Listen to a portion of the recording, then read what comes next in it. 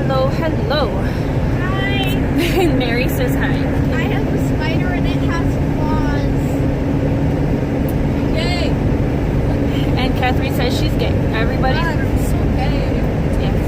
My children. Everyone says their thing. Yes. And what's your thing? It's been a little bit since I've vlogged at all. Last few days have been crazy. Very, very stressed. My anxiety's been really, really bad. Today is... Crap. What is today? I don't even know what day it is. Anybody know what day it is? Seatbelt! Seatbelt! Children! Safety first! Snap, snap! Mary, do you have your seatbelt on? Put it on now. I've been a little bit on the bitchy side. Very edgy. I'm edgy. Okay, so Tuesday was John's surgery. Yesterday was day 2, so today must be Thursday. So 12, 13, 14, Thursday, December 14th. That's today. I'm a hot mess. Doing better today than I have been in the last 2 days. Because Monday night I could not sleep because Tuesday was going to be John's surgery. And then we had to leave at 4 o'clock in the morning. And it's an hour drive from our house to the hospital. So I really didn't sleep Monday night. And then Catherine went with me and John out to Garden City. So she would be with me. I wouldn't be by myself, anxiously waiting for John's surgery to happen.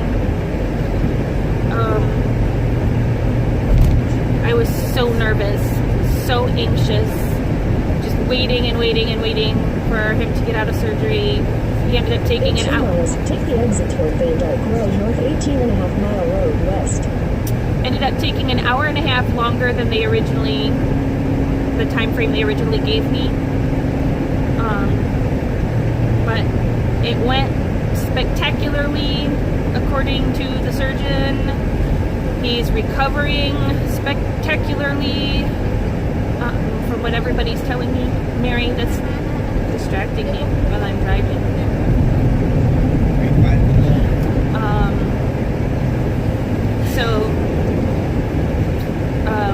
By the time the surgery was done and he woke up from all the anesthesia, it was around like 2 o'clock on Tuesday.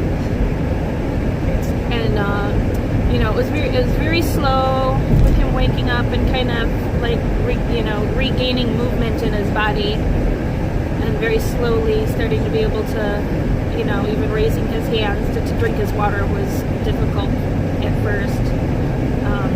So it was really good to see him slowly moving more. We didn't end up getting back home until like 10 o'clock at night. The drive home was very unnerving for me because they were roads I wasn't familiar with. It was dark and everything was crappy outside. And I hadn't slept the night before. Take the exit toward Van Dyke Road, north 18.5 mile road west. And I don't have any heat in my car. So I was driving home in a car it was like 15 degrees outside. My fingers I had like a blanket wrapped around my hands while I was driving because I was so cold. Take the exit toward Van Dyke Road north.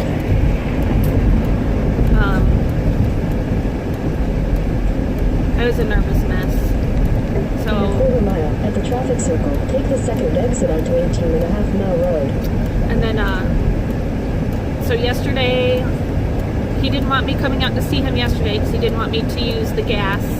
And there was like a nasty snowstorm coming in.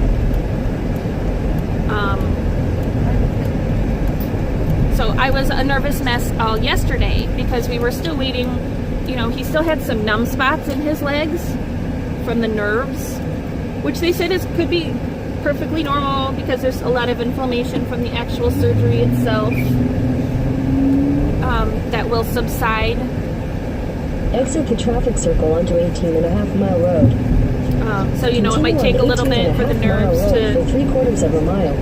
start getting back to normal, especially after being compressed for as long as they were, that there might need to be actual healing time for the nerves. That could take some time. But when I talked to him last night, he said he had complete feeling and everything. There were no more numb spots. He was able to get up and walk, which just completely is amazing. I mean, they expect you to. They want you to get up and walk. It's the best way to keep your muscles moving and get blood flow and In a quarter mile, to keep left to stay on 18.5-mile road. to get things healing. He says the only pain that he has is from the actual incisions themselves, which is expected because they cut through layers of muscle to get to your spine. In case I didn't mention what it was he actually had done, he had a 3-level spinal fusion, TLIF, translateral intervertebral fusion, from the L3 down to the S1. Pretty big surgery. Because he, In for 800 about, feet, use any lane to turn slightly left onto Mound Road. he's needed this surgery for about 10 years, but we couldn't afford to get it done. So it got so bad that where he has been walking with a cane for some time now, you know, his body was contorted. You could see where all of the muscles and nerves, or he couldn't even stand up straight. It was really bad. He really needed for this surgery to happen. And so we are above and beyond ecstatic. Like, this is huge, huge, huge, huge. That, I mean, like, I got to tell my kids that it's going to be a small Christmas this year as far as gifts go, but the big gifts is that Dad's going to be able to walk again. He's going to be able to go with us to go do stuff. He's going to be able to go to the store. You know, he's going to be able to go to the park with you and do stuff, because he hasn't for years. He hasn't been able to go and participate with any of our family activities, really, because he can't go to the grocery store. He can't walk through the store. So this is huge, beyond huge. And it was only made possible through the generosity of a wonderful anonymous angel. And we are beyond grateful. So we've got a good handful of miracles going on right now, with my eyes getting better and me being allowed to drive at night again, which is great because now I'm driving an hour away to go visit him in the hospital. And it was nighttime when I was coming home. Use any lane to turn slightly left onto Mound Road. I no longer have to worry about if I have to drive at night, and if I get pulled over, I would have lost my driver's license, which would completely screw us because, John works a million hours and I have all of these appointments that I'm constantly having to take the kids to for myself and for the kids. And if I don't have a driver's license, that would complicate things to an impossible degree. If I can't, go pick my kids up from school and go take them to all of these appointments. So we are feeling extremely beyond blessed right now. My husband is so freaking ecstatic. He just talking to him on the phone, he is so happy. He is in such good spirits. You might think that somebody would be cranky from being in pain, but no, he's tickled because he can stand up straight. He can sit up straight. The only pain, he was in so much pain just sitting. He couldn't sleep at night because he couldn't get comfortable, and he would have horrible, terrible muscle spasms up and down his legs and in his back from where all of these nerves were getting compressed. And now all of that is just gone. A 4-hour surgery took all of that away. And they're expecting for within a year for him to be completely normal and pain-free and be, have absolutely nothing that he can't do that he couldn't do 20 years ago. It's a freaking godsend. So I apologize that I haven't haven't been vlogging. My head has been a mess. I know I picked up my phone a couple of times to try to start to do some vlogging, but then I couldn't even think of what to say, where to start with everything that was going on through my head and all of the emotions and like, yeah. So, but I figured I at least needed to. I've got an hour now to drive from one place to another, so I figured I would take that opportunity to kind of catch everybody up.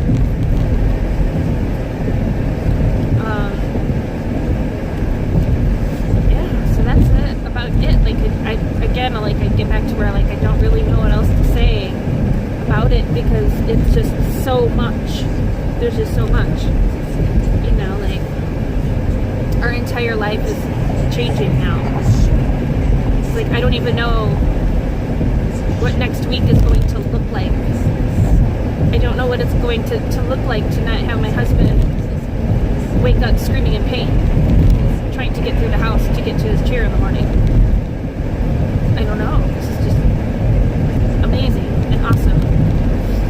It's also scary. You know, it's been 10 years since he's been able to do normal stuff. So now that means he's going to be able to get up and start helping me wrangle the kids more and help me with the house stuff more, and I'm going to have more help once he gets past the initial healing phase. And it's going to be scary because now it's a 2 to 4 month recovery period. Although with as well as he's already moving and behaving and stuff, they think he's going to have a pretty quick recovery compared to most. So hopefully it won't be too long before he can like get back to work and you know, start letting things get back to normal, whatever that is. I don't even know what normal is anymore because it's been so long. So it's going to be an interesting transition. I almost feel like I'm going to be getting to know him all over again because he's been in so much pain for so long. It's going to be an interesting journey. But I'm telling you, there's never a dull moment in my life. There's always something going on, something happening. So, hopefully, yeah, you guys can get a little bit of soap opera entertainment out of my vlogs, if nothing else. Oh my gosh. But I think that's about it for now. I think I've pretty much given you guys the basic updates. My routines have been completely off, obviously, because my mind has been completely scattered. The house is a mess. I was stressing out over that really bad last night, like so badly that John, like on the phone, just talking to him, he's like, you gotta do me one favor. What's that? He's like, you need to go take a Xanax because you're tripping. I could tell you're really having a moment. So, and I did. I went and I took my Xanax, and then all of a sudden, oh wow, I don't really care that my house is trashed anymore. I felt much better after that. But and I've been sleeping, starting to catch back up on my sleep too. So I think that's helping me feel much better. But anyways, once again, I think that's pretty much my update for right now. So I will talk to you guys later. Bye. Well, just to check an update on for the night. John actually got to come home with me tonight. While I was on the phone with him earlier, he was telling me that the doctors are basically saying that he could go home when he feels ready, but that he wanted to wait a little bit longer. He still had to be fitted for a special machine that sends like electromagnetic something into his spine to help with the new bone growth for the bone graft for the fusion itself. But apparently that got taken care of. So surprisingly, by the time I got there, I walked in and he was sitting up finishing his dinner and said, well, hey, how about you want to help me pack stuff up and we'll go home? And that's about what we did. So we did that, packed things up, got him home, got him in the car, got home, fed the kids dinner. Still trying to get the kids to bed. They're still fighting me on that one a little bit. I just found out that while I've been distracted this last week over John's surgery, apparently nobody's been feeding the rats. So I went to go and check on the kids to tell them, hey, you need to turn your lights off, and instead ended up saying, hey, you guys need to come and check on these rats because I smelled the smell of death. And apparently 2 of them have passed away. So now we have 2 rats instead of 4. Mary Jane went to bed early, so she's going to find out. I decided that I'm going to wait and see how long it takes her to pay any attention and notice that her rat is missing. I'm just curious, because all of this, they're her rats. We got the rats for her. But I do usually kind of keep up on making sure she feeds them and whatnot, but I've been distracted. My husband's getting spinal, a serious major surgery, and I've been a freaking mess. So I haven't been on them to make sure that they've been taking care of their responsibilities, and apparently the rats suffered, and I feel like a complete schmuck. But, I guess maybe this will just have to be one of those hard life lessons for the kids. I don't know. There's really no good way to look at it. It all sucks, but just a kind of crappy way to end the night. But I think now, finally, maybe finally, everybody's in bed and I can have some chill time and unwind.